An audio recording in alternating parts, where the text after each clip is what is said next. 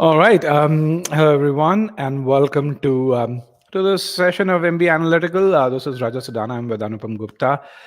Super excited to be here today, and uh, and for a multitude of reasons. One of them is that this is a McKinsey story. The second is because this is what I would say a career transformation as well as a story where you had multiple rejects up front and then you reinvented yourself. So Anupam, Yeah, welcome to this session, and thank you. just to really set some context, you currently work in Dubai for McKinsey.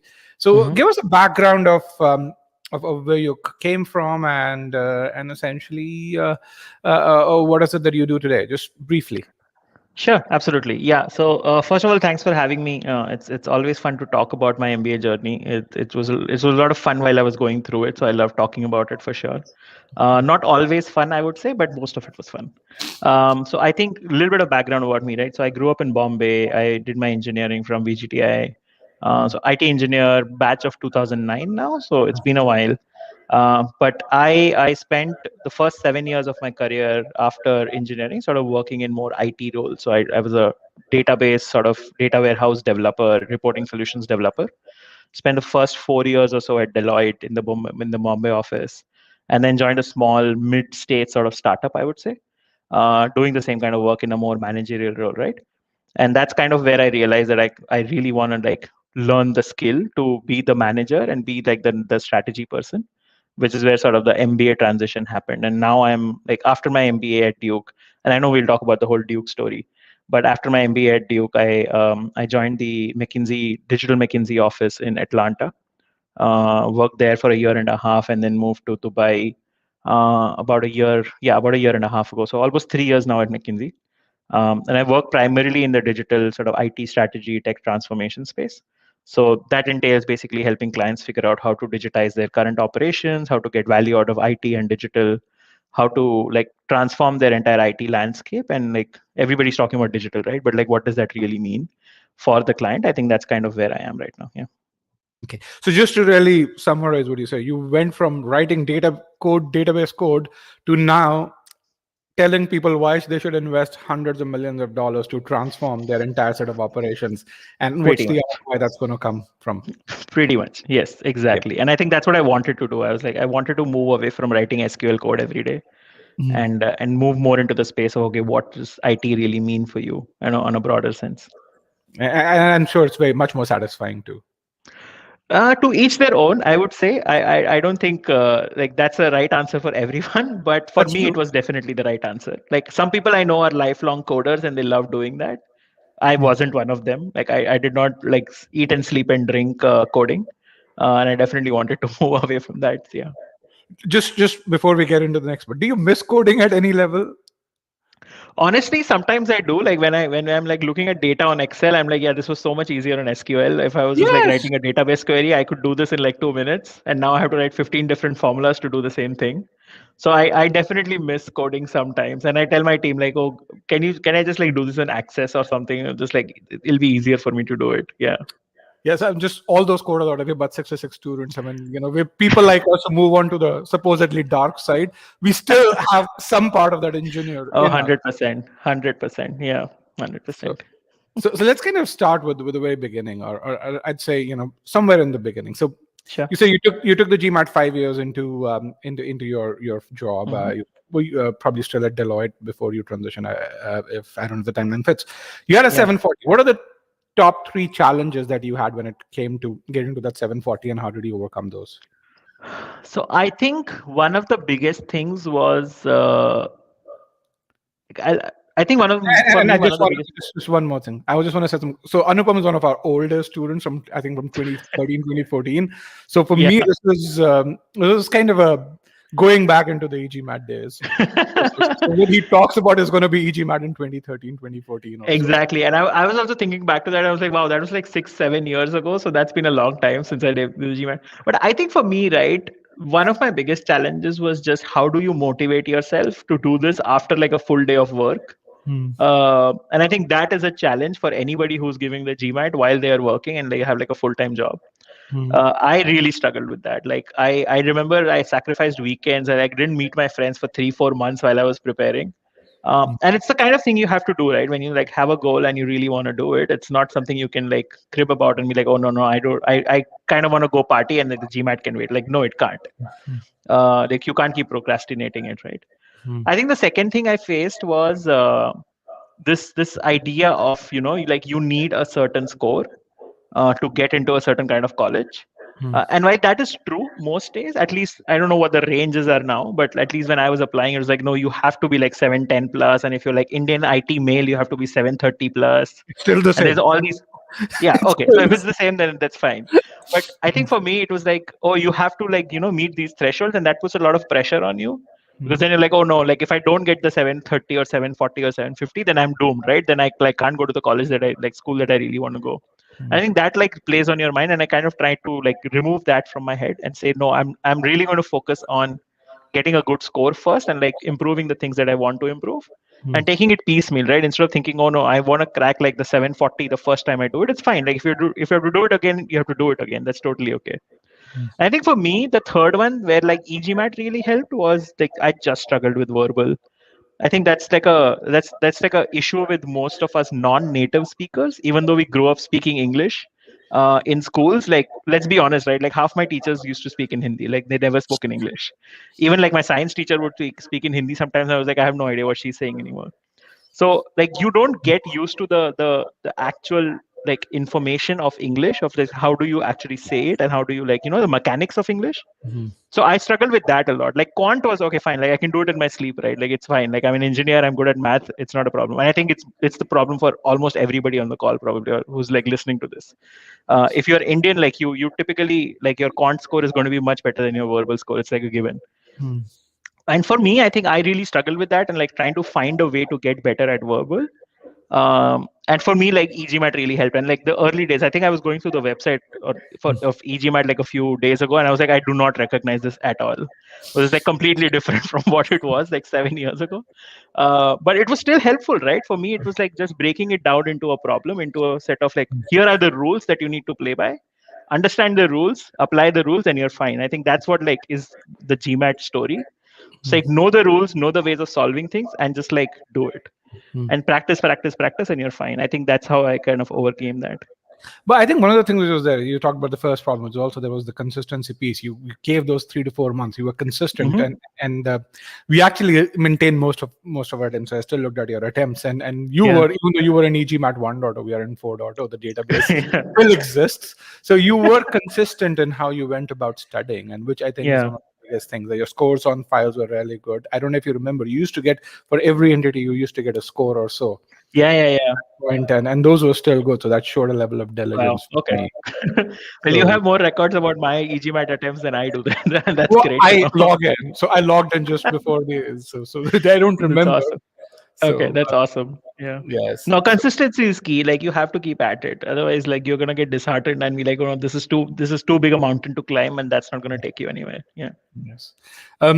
So you had that incredible 740. How did you go about then shortlisting schools? Yeah. So for me, right, I think I realized that okay, 740 now will like at least give me a chance at a good school. So that's great. Let's think about where I want to go, right? I think for me, like 2 or 3 things were super important. One, like I wanted to stay in consulting. I wanted to sort of maintain my consulting career and grow in that. So I wanted to go to a school that had like a good consulting recruitment component, right? And it's not just the numbers; it's also the support that you get through the recruitment process that was important to me for consulting. Which means that the school has a good pedigree of consultants actually going and like good alumni, right? So that was one criteria. I think for me, the second one was more like I did not want to go to a big school. Like I did not want to go to like a Harvard with 1,000 people there or like an MIT with 1,000.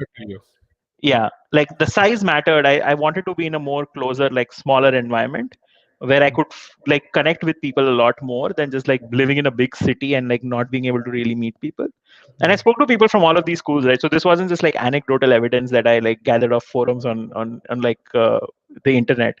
And speaking to all of them like made me realize that like one, I don't want to live in New York. I don't want to live in Boston.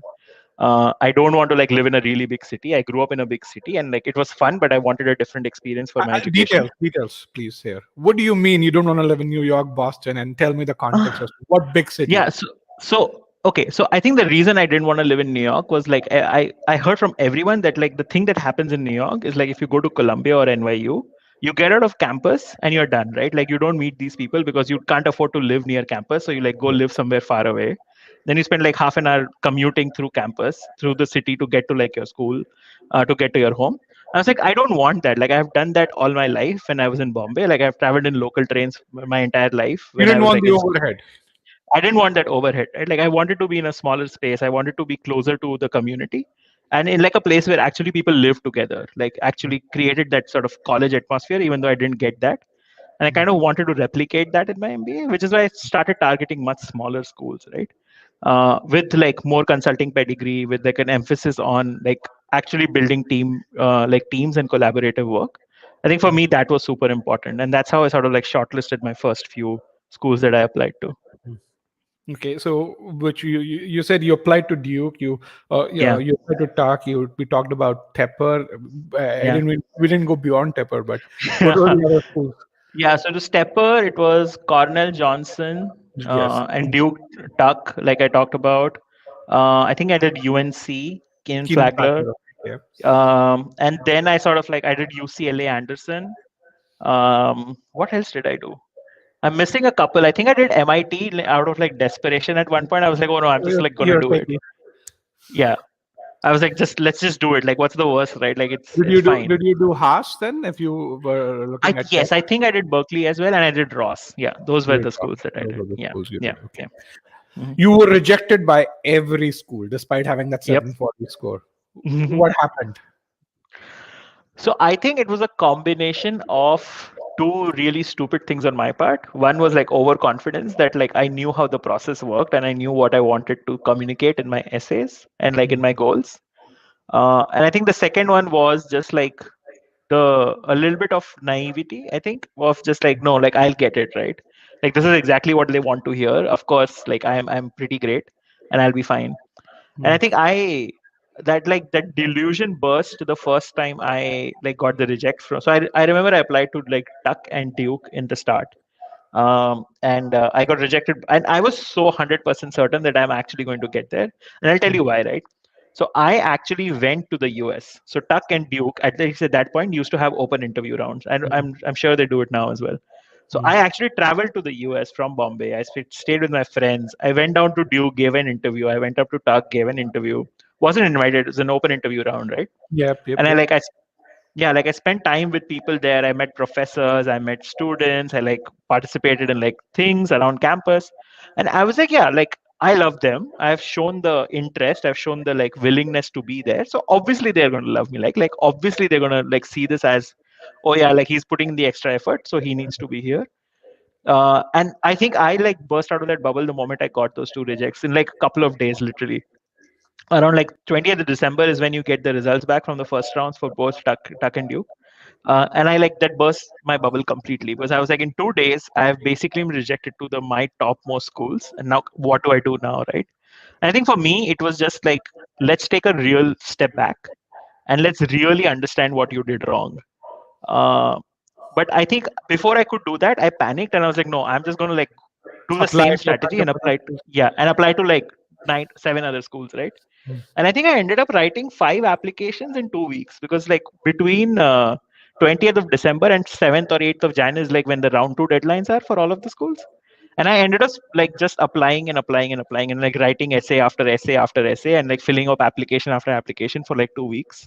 And like if you have applied to business schools, you know that the application is a pain typically, right? Oh, Like you have to write your entire history, and then you have to write an essay about your entire history. So it's like a little too much of information that you're giving them. But I ended up doing that for a good 2 weeks, and I was exhausted by the end of it. Ended up spending, I think, I don't know, like you end up spending like $10,000 applying to all of these schools. So every application is like $150, yeah. $200 at least. And even at the end of that, I was like, oh yeah, I'll be fine, I'll be okay. Like one of them has to pick me, right? Like Ross will like me, obviously. Like Haas will like me, obviously.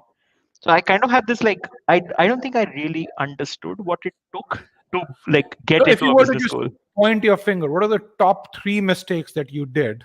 And I know Uh, McKinsey works in a business degree, right? Two is all for right, you, let me two is put my for me. consultant hat on. Yeah. Yeah, put your consultant hat on. What are the top So 3 mistakes? top three mistakes, right? I think the first one that I did was I was very unrealistic in my goals. Like when they ask you like what do you want to do as a short term and long term goal, my Mhm. short term goal was like realistic. Like I want to work in consulting and like I want to focus away from tech and like more into strategy.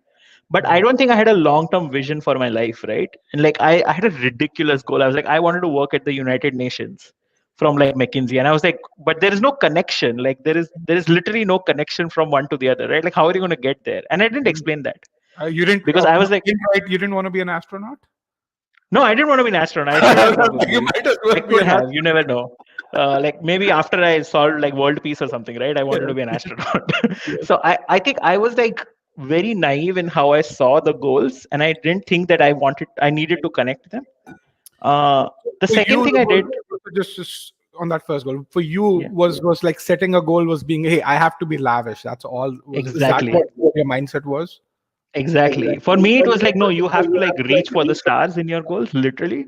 Mm. Otherwise, it's like too small, right? Like, and why will they like you if your goal is like, oh, I So want to one continue and like be mistake, a partner in McKinsey? unrealistic goals. Number two. Yeah. Unrealistic goal number two for me was I don't think I put like my authentic self forward. And by that, I mean, like, I think I said what I thought they wanted to hear, and like I noted down my achievements. I didn't note down anything about my life, like who I was, right? And Duke does this beautiful thing where they have this like 25 random things essay, right? Yes. It's literally like it's my favorite thing to write because it took me the most to write. Like it's the one that you struggle with the most because you don't Mm. have things to say after like 10 or 15 of them, right? Yes. It's like And that's 25 when you things realize about like me, really?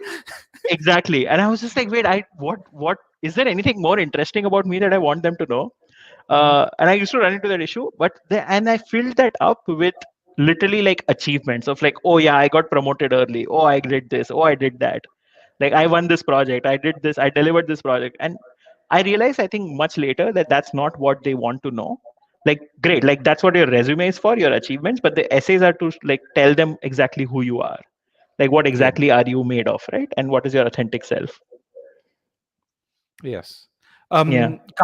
Karthike, is it me or is it Anupam where we are losing? Anupam, you there? I can hear you now. Yeah.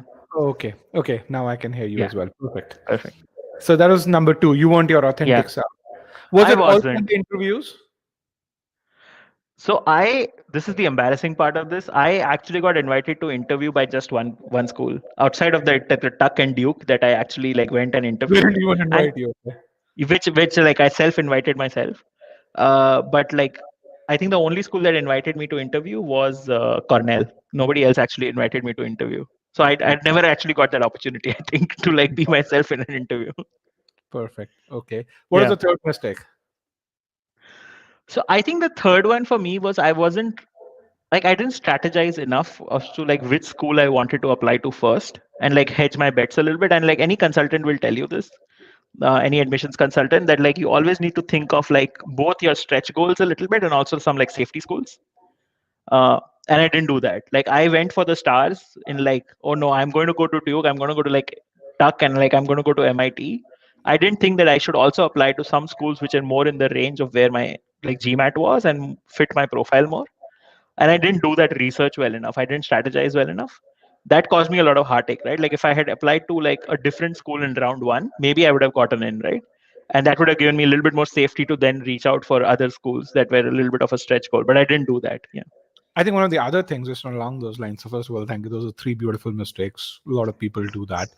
Yeah. I think one of the first things that I also tell people is that if you have 2 dream schools, your first application should not go to those schools because there is a certain Exactly. refinement that happens, Yeah. right? So that's kind of where you've got to do this. So Yeah. with that, how did you fix those mistakes? So you've talked about the 3 mistakes: unrealistic goals, not being yourself, and Yeah. not knowing the Strategizing. Yeah. not strategizing. Yeah. So how did you fix that in the second go? So I think the thing that I did was sort of take a step back and just introspect, right? Like still remember the after I got my last reject, sometime like in March or something, after the round two and everything had done was done. And I took a step back, or maybe it was even later. I think I applied to Tepper in like round three, and I have no idea what I was thinking by doing that. It was just like $150 down the drain for no reason. But I ended up thinking through, okay, what exactly do I want to get out of this MBA, right? Like, why am I doing this? Why do I want to actually be like a strategy consultant? Like, what is my life plan, right? And I think I try to fix that being having unrealistic goals by thinking, okay, what is it that I really want to do? Let's think about that first. Like, let's stop thinking about what they want to hear in an essay, and let's start thinking a little bit more about what I want to do, and that will fix the second mistake, right? Which is I wasn't my authentic self because I was too afraid to say like, oh no, I know what I want to do next, which is management consulting or strategy consulting, but beyond that I don't have a very clear goal. Maybe I want to work in tech, maybe I want to continue down consulting, maybe I want to build something of my own like 10 years down the line. I don't really know. And I think having that honest conversation with myself helped for me to realize, okay, like there is space for you to be authentic in this process. And then for the strategy part, I think I realized that I need help, right? Like letting go of my overconfidence is just like, oh, I don't really know how this process works, so I need help. That's when I was like, okay, I'm gonna go get a consultant and like actually pay somebody to help me figure this out. Like he's a professional person who has done this like a few hundred times It's, instead of you doing this on your own. you know why I'm laughing? It's like a doctor not wanting to consult another doctor. It's like a consultant not Exactly. wanting to consult another consultant. Exactly. I was like, yeah, like you know this, you're smart, you can figure this out. And then like 9 rejects later, I was like, no, you're not that smart. Like you don't know everything. So please like go and take. And I'm not saying that that's the answer for everyone, right? Like, but that was the answer for me. Like I needed help to just help me understand, okay, what is the strategy to apply to these schools? And how should I actually just write my essay? Like what is right enough to write or what is not right? I think that is what I wanted to figure out. Yeah.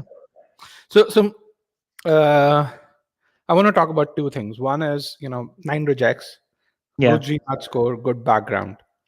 It's very easy to really just get bogged down and say, hey man, Mhm. this is not for me. Yeah. What kept you going? What kept me going, I think, was and it's gonna sound cheesy, but like it was, I think probably just my friends and family who literally were just like, you know what? First of all, this is like you're feeling so bad because it's the first time you have failed at something that you really wanted to get. Like you're smart and you have like always gotten the thing you wanted. You got the college you wanted to go to. You got good grades. You got like the job you wanted. This is the first time somebody has rejected you for something, right? Like I gave one interview when I was shifting, like moving out of Deloitte, and I got the job. So for Mm-hmm. me, it was a little bit like, I have gotten everything on the first go. So like, how dare I fail this time? But I think Mm-hmm. I had family and friends who were just like, no, like you're beyond this. All you need to do is think of So what just I changed. want to talk about this one. Did you talk to Yeah. them or did they just tell you by themselves? Oh I no, mean, no, no. I remember my sister-in-law is like the one who actually pushed me in this the second time around, right? Like I remember talking to her the day after I got my last reject, and she was like, you do realize that you are like bigger than this. I'm sorry, I'm hearing an echo. I don't know if it's like on your side or my side, but um, maybe we'll keep going. I don't hear an echo at all. So Okay, no problem. I'm going to All mute right. myself. If Okay. Can I go now? Oh yeah, now there is no echo, so I'll keep going. Perfect. Yeah, so I think for me, like actually reaching out to people and being like, yeah, like I think I need help because I don't know what to do, helped a little bit. And I was very honest with like my friends and family, right? I was like, yeah, like clearly something is wrong, and clearly I've put in a lot of money and time and effort, and like you have like my friends have not seen me for 6 months because I'm always busy writing essays or like preparing for the GMAT. So what went wrong, right? And I think that just that motivation of people telling you no, like you just need to strategize, right? Like you just need to figure out what went wrong. Like don't give up without figuring out what went wrong. It's like you started on a path and you're like, oh no, I hit a roadblock, never mind, I'm just going to go back, right? And there was a reason that I wanted to do an MBA. There was a reason why I wanted to do it in the US, and I wanted to go back, and I went back to those reasons, and I was like, no, like that is worth fighting for, that is like worth doing it again. But this time let's be smarter about it, right? Let's actually figure out what it takes to do this instead of just like shooting in the dark. so it's really important to talk to people around you to Oh, 100%. Yeah. yes. You can't do this alone. Like it's as simple as that. The MBA and like the MBA admissions and GMAT is a journey. Like you cannot do this alone. Like please ask for help. Please take help wherever it is given. Yeah, 100%. And I think I also realize that's the reason why you're doing an MBA, because you kind of realize to get to that Exactly. next step in your career, you need help. The Exactly. MBA is that help. Exactly. Yeah. So you talked about the motivation. Um, you talked about what mistakes you had. So one other question I wanted to talk about. What are Yeah. those? Tell me some of those things that you wrote in those 25 fun things. Oh my God. Let's see. I think one of the points that I wrote, which was very stupid to write, was like I like riding motorcycles, and like I went on a solo trip or like something for 300, 400 kilometers on a day drive. And I remember my consultant reading that the second time I like showed it to him in the second round. And he was like, okay, what's the point of writing this, right? Like you need to figure out why you want them to know this. Okay, great. This is a good factor about you, but what does that say about you? Like, can you tie it to a part of your personality that you want to come out, right? So instead of writing, oh, I went on a solo ride, you can say like, I like doing something which gives me peace, or like it gives me some space to think, right? That's how I introspect. That's how I grow. So Like talk it's about that what more. you do and what's the outcome out of it. Like, why do you do it? Why do Like you do talk a it? little bit Yes. more about your motivation behind doing things. Yeah. Yes. That's Yeah. that's very, very well said. Hmm. Um, so let's talk about your Fuqua experience, Sure. and you talk about parting, but you also do a lot of parting a lot at Fuqua. And you we were talking about it earlier. You said you pretty much kind of knew 6 months into it that you're going to work at McKinsey because you had that Yeah. internship, and so I think one piece over there. So do most internships at McKinsey convert into full-time offers, at least from I Duke? think most of them do. Yeah. I think like at least 90 to 95% of them do, Okay. typically. So like that's a very easy path into consulting, especially. And that's like a very solid path into consulting that like if you get an internship, you are going to probably be able to convert it into an offer. So yeah, I think that's like that's why you strive so hard to get the internship in the first place. That's not to say that like you don't get offers in the second year. Like second year recruiting is also pretty big. But first year is where the chance is a lot more. Yeah. So I think this is a really important point. Excuse me. For those of you who will who will end up who is striving for consulting, put a lot of effort in the first 6 months. Get that Yeah. internship because it Absolutely. in many ways is an easier ticket. I won't call it easy, Absolutely. but easier ticket to a job. Yeah. It's better than having to do it once again in second year. Let me put it that way. But you also took part in a lot of extracurricular activities Yeah. while you were at Fuqua. So tell me, what did you do and what was your experience like? Sure. So I think I was one of those people who like I said, like I really wanted the experience of the MBA, right? And for me, it was not just about like going and getting a job and then like being done with it. Like I wanted to also give back to the community, and Fuqua is all about the community, right? Like you will hear if you're like applying to Duke, you will hear the term Team Fuqua said again and again and again, and that really means something, and you realize what it means when you get there.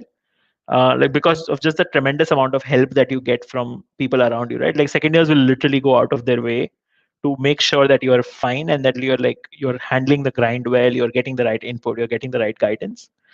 And I think after I did that, after I was on the receiving end of it for like the first 5 to 6 months, I was like, no, like you have to give back. Like there is no way you're just going to like sit on your couch and watch TV or like go to class. Like those are not the only two things you should be doing. And that's when I realized that I also wanted to get involved in a bunch of other things, right? And I think I ended up doing more than I planned to. I ended up doing like I think there was a time in second year when I was busier than I was in first year. Like I spent more time in school, like actually through activities than I did in my first year when I was doing recruiting, right? So I ended up doing, I was like a VP of health and wellness in the MBA Association, which is the student governing body. Then I ended up I was an admissions fellow so I in the first year I was an admissions ambassador, so like I hosted people who came to campus, showed them around, took them for lunch, took them for a tour and stuff. And then I ended up converting that into like an admissions fellow where I was more of the interview person who like took the interviews for the people who came on campus to interview, right? Then I ended up doing also, I was heavily involved in the consulting club, helping with case prep for first years and other second years who were doing like second year recruitment. And then I also ended up doing Cole Fellowship, which is like Coach K Leadership Fellows. And that's like a pretty significant and like really prestigious like position or fellowship in Fuqua. It was more around like it was a bunch of I think 45 for second years who act as mentors for first year teams, right? So you typically have like teams of 6 or 7 in Fuqua, and they're called C lead teams, like Coach K leadership teams. And your fellow, your second year fellow is basically your mentor through the first 6 months of your team experience, and like helping you navigate the life at Fuqua, helping you build like leadership skills in practical ways and through like actual talks and like actually helping being a mentor to you. And that was something that I really wanted to do, so I ended up doing that. But that meant that I had like 13 first year students as like mentees. I was doing like 5 6 interviews a day or in a week, not in a day, that's too much. 5 6 interviews a week, also going to class, also like helping with MBA. So that just ended up making me like a busy person in through like the first 6 months of second year.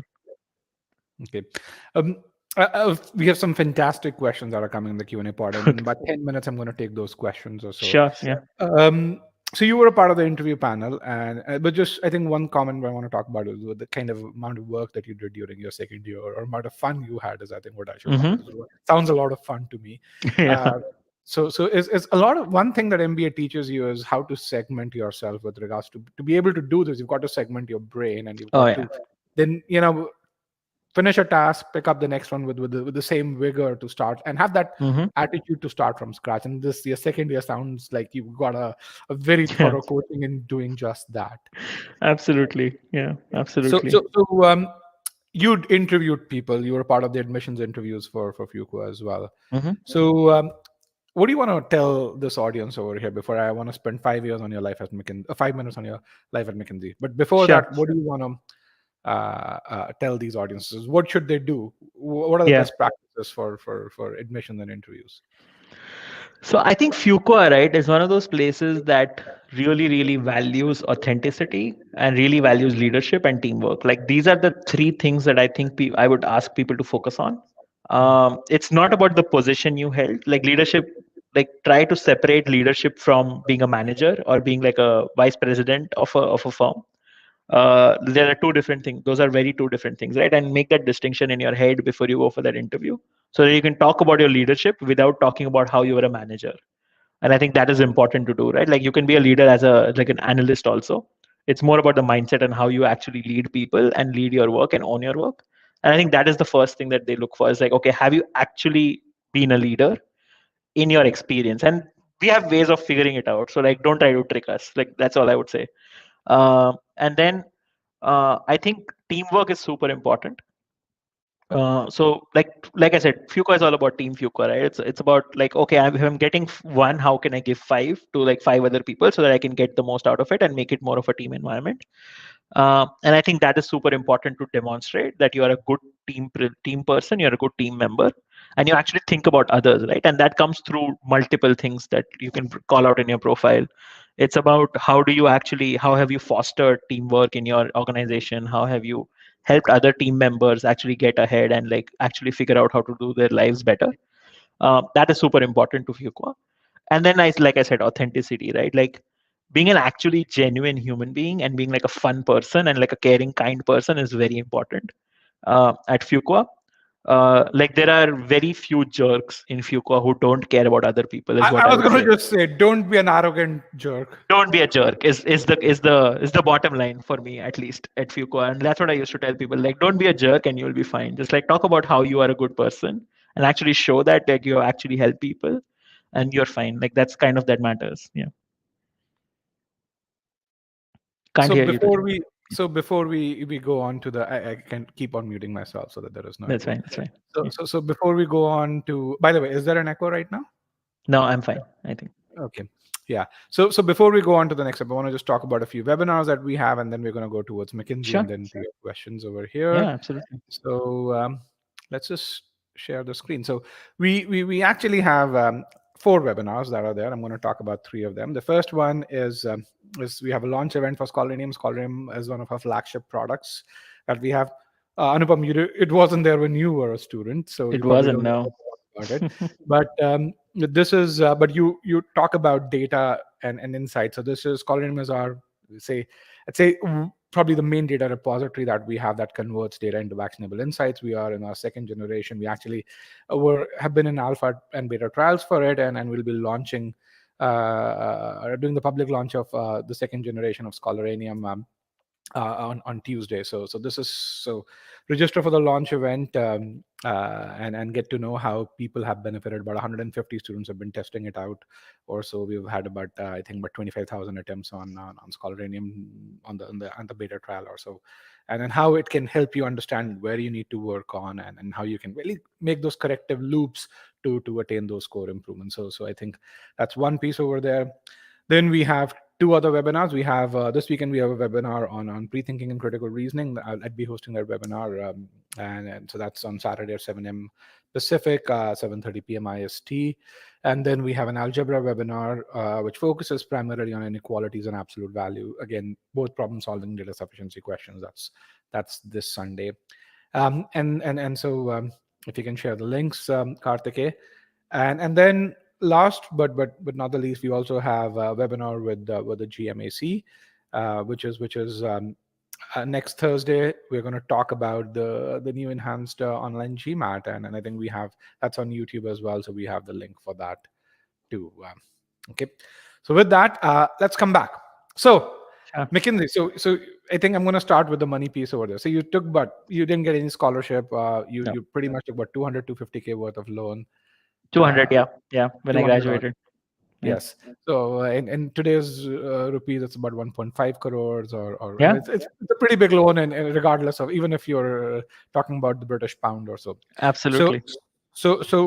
as I ask you this question, have you paid this loan off? I'm like midway through paying it off now. Yeah. Okay. And Yeah. and and if you were to look at the ROI, do you see an ROI today Oh, for that? 100%. I think, and I think I was telling you this slide. Like my calculation for ROI was never like how long will it take me to pay off the loan. I think my calculation for ROI was more, okay, what am I going to get out of this as a life skill that I can like implement and take forward? And I think that the fundamental reason why I wanted to do an MBA was not to make more money. It was more to, okay, I think I'm lacking some skills that will take me to the next phase of my career. And I want to learn those skills, right? And the MBA is a good way to do it. And sure, you can argue till like every day that there are other ways of getting the skill and all of that. Sure, like that you can get on Coursera and probably do it for like 1% of that. But that is not the MBA, right? It's not just about the skill. It's about the actual people skills that you learn. There are things that you cannot learn sitting at your home, learning it from like an online course. Yeah, And you for can me, learn I think economics, you can learn accounting, you may learn some exactly, part of marketing, but you will not yeah, learn how to influence people, which is kind of what absolutely. you do today. Absolutely. Plus, you also get to open up your mind to so many new things, right? Like I worked in Bombay. I lived in Bombay for 28 years before I left. So like my world was concentrated in like that local train from like New Bombay to like Matunga, which was where my like college was, and then like Ghatkopar or Powai where I like studied and like worked. So for me, it was also about opening up your mind to like new experiences and actually meeting people who were not engineers, who were not like doing the same thing that you were doing every day of their life. I think that opened me up a lot more, like being able to live in a new culture and not just like travel to the US for 2 weeks and come back home. Being actually able to experience a new culture makes you open up your life to a lot of different things that you have not thought of before. And I think that is to me is invaluable. So 100% worth the investment. And I totally know that I come from this position of privilege because I have the job that I wanted, and it is like allowing me to pay off the loan. So I also understand that this is not the experience that a lot of people have. For a lot of people, if you struggle with like finding a job that is like that will actually help you repay the loan, it can be a completely different experience. Did But for anyone me, from, but did anyone who you know of, or do many people from Fuqua, do they struggle to pay their loan no, I first? don't think they struggle to pay, to be very honest. It's just you will pay it in like 3 or 4 years versus like 7 years. Like that's kind of the difference for how you think through your MBA, right? And then Right. obviously it's personal choices about how you want to It's a live, big right? personal choice. Yes. I mean, I 100%. remember Yeah. we hosted an MBA event in 2019 in Bangalore, Mm. where we got alums from INSEAD, Kellogg, and a Yeah. bunch of other places. People who had actually studied in these schools, and then um, had come back to India. And Yeah. these people had worked for 3 years in the US before coming back, or in Yeah. Europe. and most of them had paid off the loans. In fact, a couple of Yeah. them even said, "They say I actually got some money back after paying the loan off." So, so, so, Yeah. so yeah. That's So okay, 100% a personal choice. Yeah. Like I yeah, ended it's a up personal choice. traveling a lot when I was in my MBA. So I like took on more loan to Mhm. actually travel because I was like, I will not get this opportunity again. I can repay this later. It's fine. It's like half a month of salary. I'm not too worried about it. But Mhm. I wanted the experience, so I went for it. Yeah. Okay. So here is here are a couple of other questions that I have about Sure. McKinsey. So, or other being a consultant in general, whether it's McKinsey or BCG or one of the other consulting companies. Hmm. How is a consultant different as a human being from someone who actually takes a job at let's say a Google or is a non-consultant? I mean, in your opinion, Hmm. you've seen your classmates, Yeah. and how's life as a consultant different? How what kind of skin should you have if you were to become a good consultant? So I think I say this to like almost every new like analyst or associate who joins the firm, and I talk to them that like the one thing you really need to develop is like resilience when you are here, because things go wrong a lot, right? When you're serving clients, clients are demanding, senior partners and partners are demanding. You have long hours, and all of the everything that you hear about consulting is true. I can tell you that now. Mhm. Like everything you read on Fishbowl or on forums is true. Like ours can be bad. People cannot be nice sometimes. I think you end up developing a really good thick skin, and you kind of have to if you actually love consulting and if you want to be in consulting, then you kind of have to develop that thick skin, and be more resilient about how you live your life, right? I think for me, what has helped is like when I shut down my laptop, I try to not think about work anymore. And it's obviously been more difficult now that we are working from home for the past year. Like your laptop is like your home office is your like it's your office. It's not really your home anymore. So how do you keep that separate is a problem sometimes, right? And I'm not like very good at it. Sometimes I like end up working 16 hours a day, and then I'm like, okay, what am I doing? I don't need to do this.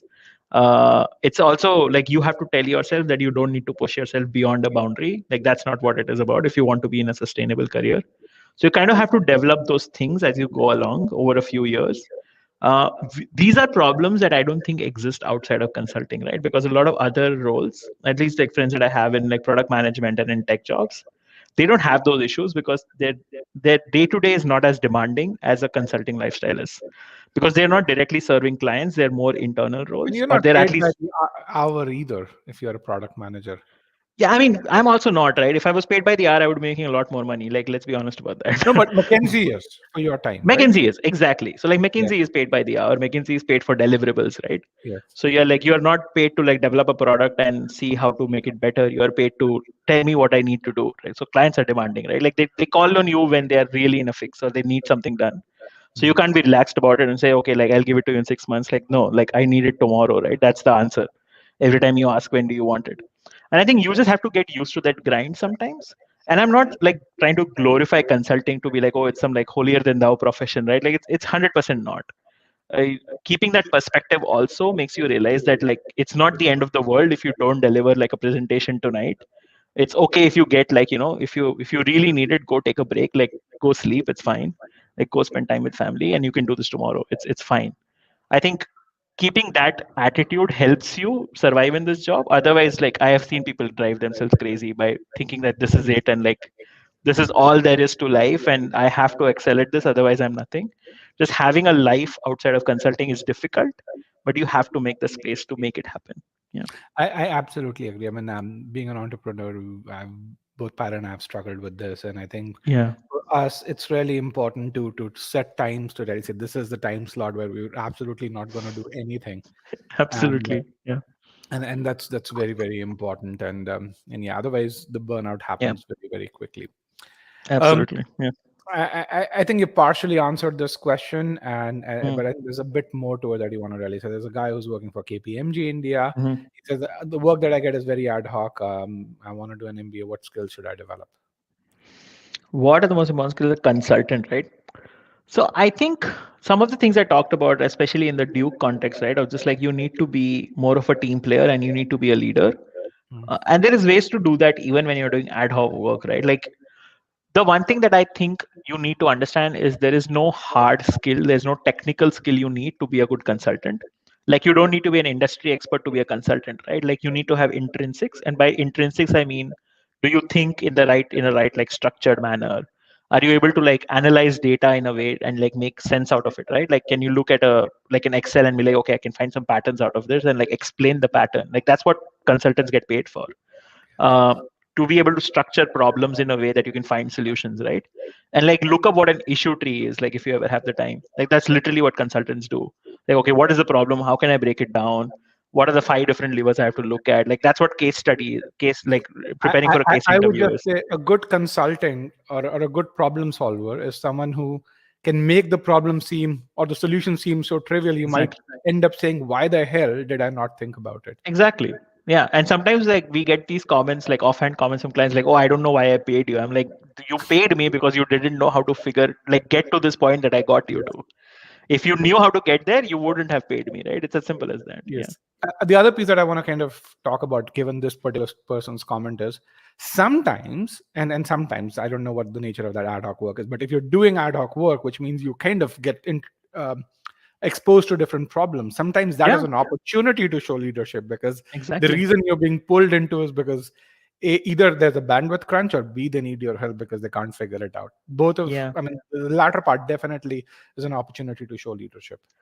Yeah. And like, one more thing I would say, right? Like, in ad hoc work also, I think the attitude of like, I'm going to learn to be better is the most important thing. Like, as a consultant, like, that's the one thing we look for is like, okay, are you going to learn on your own? Like, are you going to push yourself to get better at what you do?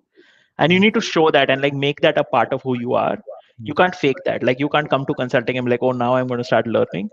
No, you have to learn that every day before you get to MBA, before you get to consulting, and you need to have the passion to actually get better every day. And it's very uncomfortable on a Oh, yeah. day-to-day basis, trying to tell yourself, oh no, I need to get better at this or that or this or that. It's super uncomfortable, right? Because you always feel like you're in flux, but that is what may helps you grow. But also very satisfying, though. Exactly, 100%. Like, Also now very, I very look back to where I was 2 years ago as a consultant, and I was like, wow, I have changed. Like, Mm. I did something today that I could not have done 2 years ago at all. Like, I would have completely like been a miserable like mess if you asked me to do this 2 years ago. And now I was like, yeah, whatever. It's like I'm talking to a CEO. Okay, great. Like, I know what I'm saying. I'll be fine, basically, Yeah. right? I think Yeah, I, mean, that's the confidence that you get. I think that what you really talked about is very important, and I will tell you, having been through that journey and still going through that journey, and I'll probably continue going through that for the next decade or so, Yeah. is that initially it's very uncomfortable, but once you get used to looking back and seeing, hey, this is where I could have done things better. It doesn't you don't feel, oh, this is bad, I did something wrong, but rather you will Yeah. say, okay, there's an opportunity to improve, and I think that's something which telling yourself that is very important. Absolutely. 100%. Okay.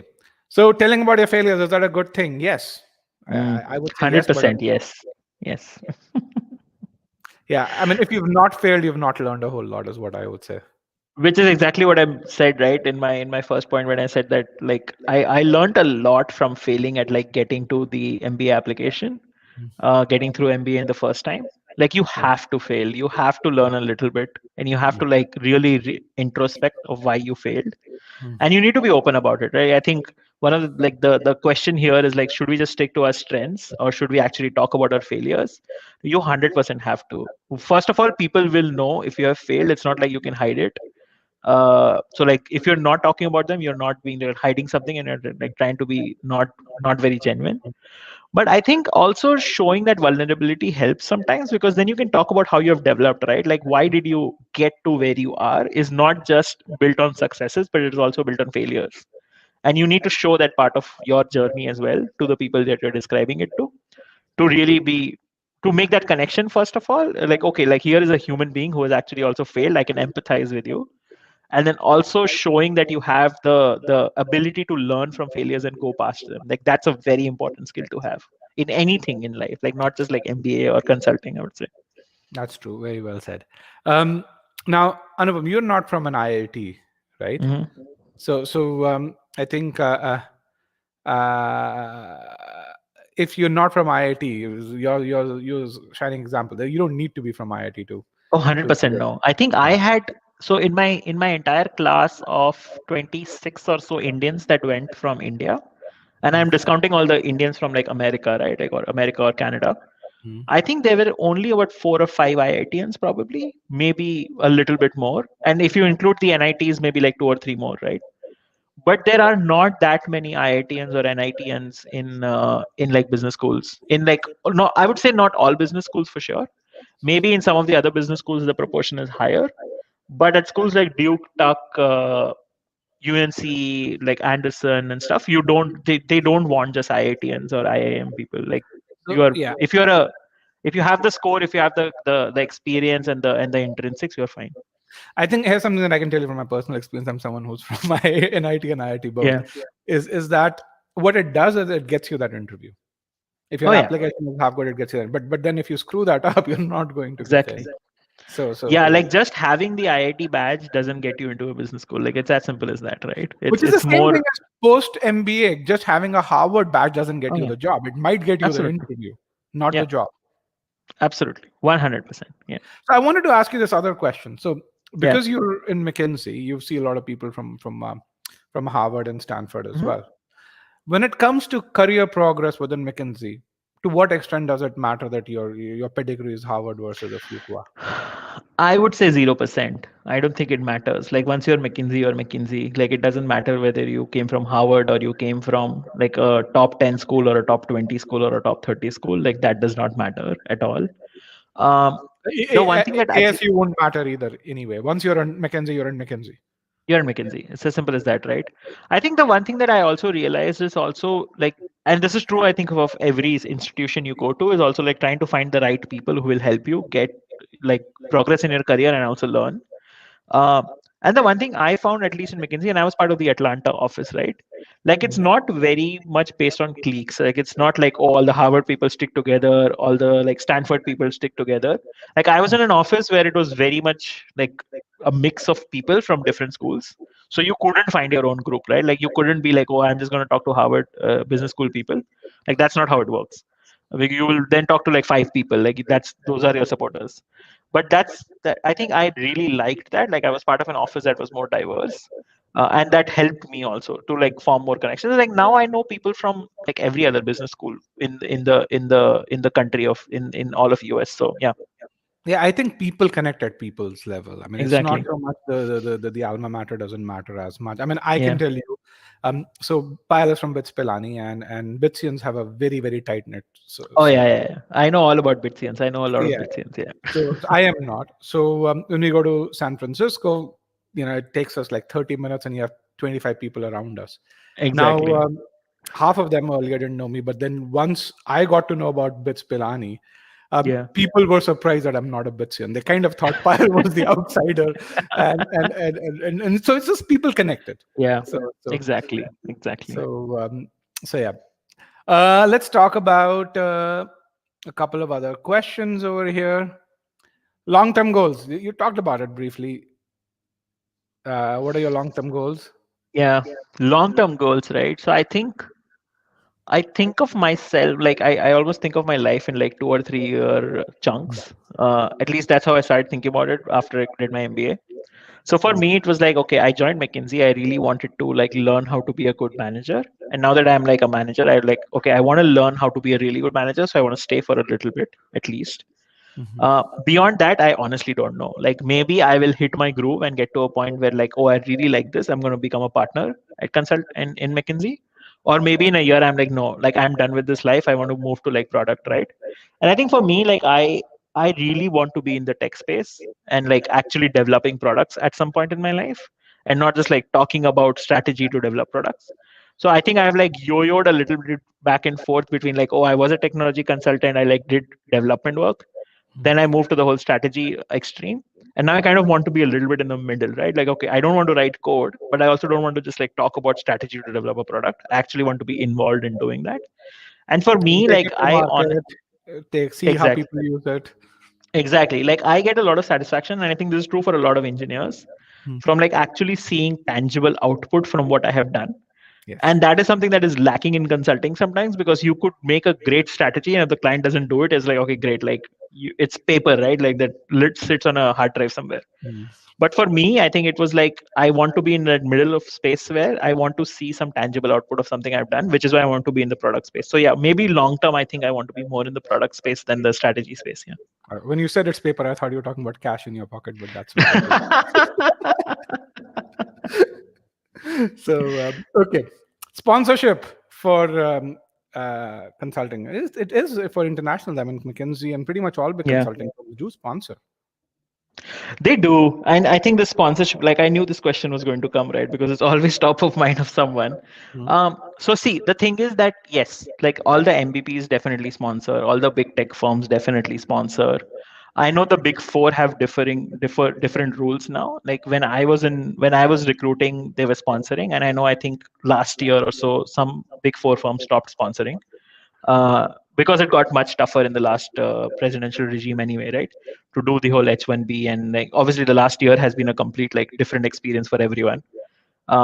But I do know that most of the MBBs sponsor. Like MBBs will always sponsor. Like they cannot afford to not have. Actually, Anupam, it's not tougher just to do that. It's tougher for Infosys.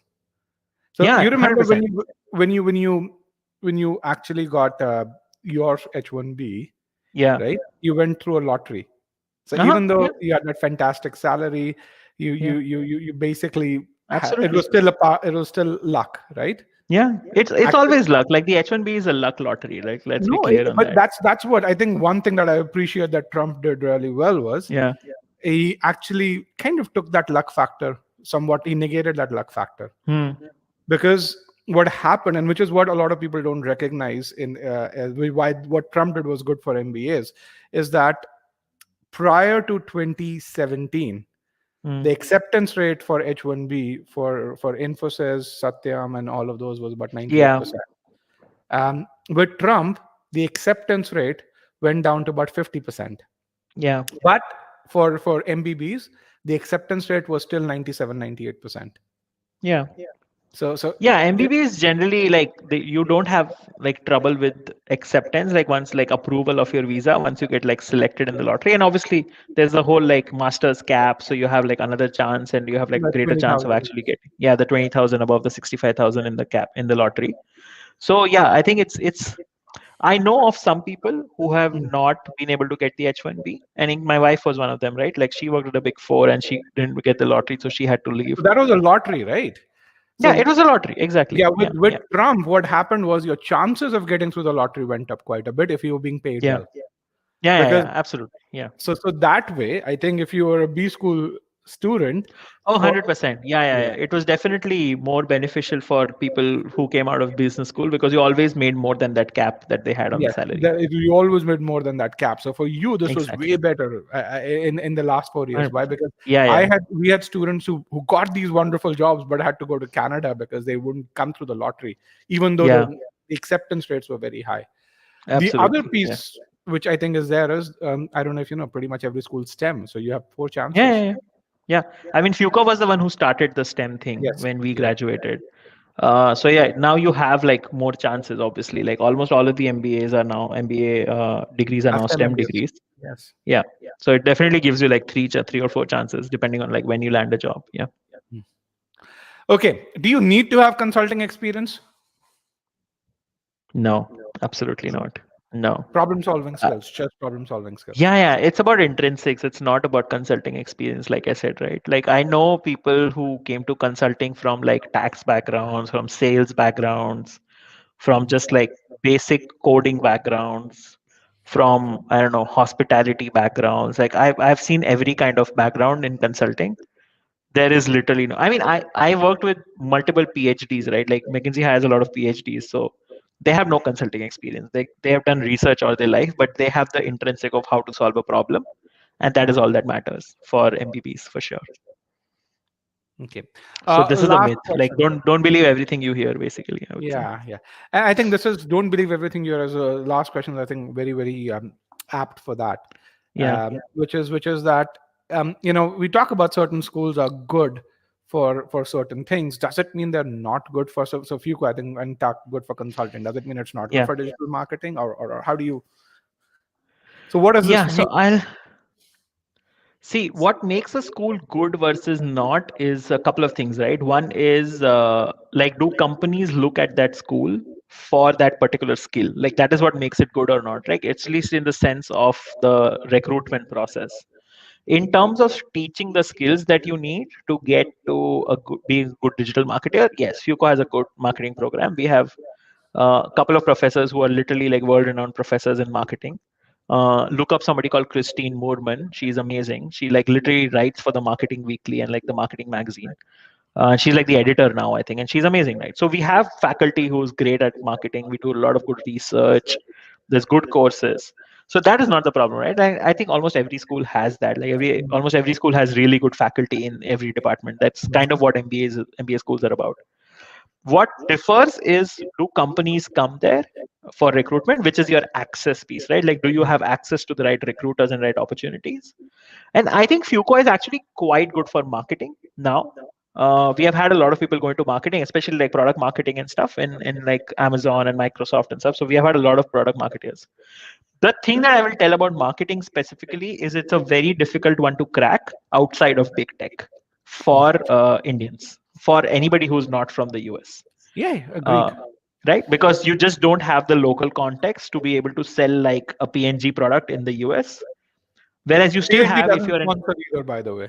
exactly, so like those companies don't even sponsor, right? Like all Yeah, of the like CPG companies don't CPGs. Yeah, sponsor. don't bother about CPGs. Yes. Yeah, like don't bother about that, right? So if you're looking for a marketing role, look in a tech firm and then be able to talk about your tech experience and how that lends to the marketing angle, right? So you kind of need to be a little bit of both. But I think And I know not, let's just go yeah, back. But what you just said is every school is pretty much good on all major streams. It's about access. I think that's a key point. exactly. And Yeah, when you say access, it's not that, hey, if you were to go to Fuqua, let's say you were an American, and if you were to go to Fuqua, you wouldn't get a job in PNG oh, or Unilever. It's just that you may have to go through an alum versus the school exactly. versus the company directly Exactly. coming. You may have to kind of Exactly. make your way through, and which is Yeah. not bad either. Yeah. You'll just not be in like a very conventional recruitment process where Yes. like companies are coming to campus every day. But like trust me, I knew people and on campus who went outside of the campus recruitment process, and I'm talking about Americans, not like Indians, who got a job way before I did. Like, and I got a job in like January. Like I knew somebody in my team who had an offer in hand in like November Yes. because she just used her contacts to get to the right people, and she found like a marketing job at like Salesforce or somewhere. Just to add context, when you say November, 3 months into her 2 year 3 months MBA, into the business school. Yeah, into 3 the months two into year business school. MBA. Yes. Exactly. So like you might have to forge your path a little bit. And that's going to be true for a lot of schools. Like there are very few schools that have like a very good like marketing pipeline. At least I don't know of. Maybe Kellogg has some, I mean, but there are a yeah, bunch of schools. I think the proximity matters over there in exactly. terms Yeah, of that. But exactly. I think the piece which is there is, so for those of you who are listening to this, this is our, I think, 25th, 26th such interview where we've had an alumnus. And if you watch some of our former interviews, we had an interview with Asta where she had a 2 or 3 opportunities. She's a 1 year Kellogg student. She had a few opportunities. She decided to forge her own way because she didn't like what the offers that she Yeah, had. Because I wanted to do something different. A couple of other students have done the same way. So if absolutely. you go to a top school, you can kind of create your own way because you have the access to that alumni network Absolutely. over there, Yeah. which is something that won't happen with Coursera either. Oh yeah. Exactly. Yeah. So I mean, pretty much all top schools you would give you a great education. I think it's Absolutely. about good versus super excellent. I mean, if you want to talk about entrepreneurship, Stanford is probably going to do a better job than Fuqua or Yeah. or It's just Tuck the would. people there are thinking about it more than the people at Fuqua or the people at Harvard are, right? Like But you'd that's still kind of get all the skills to start a oh, business. I 100%. think, yeah. Yeah. 100%. So Yeah. yes. With that, Anupam, I think we've crossed our limit. Thank you very much for this incredible session. Absolutely. I had a lot of fun talking to you. I'm sure people gained a Same. lot. Hope So so. Yeah. and good luck. Let me end this now.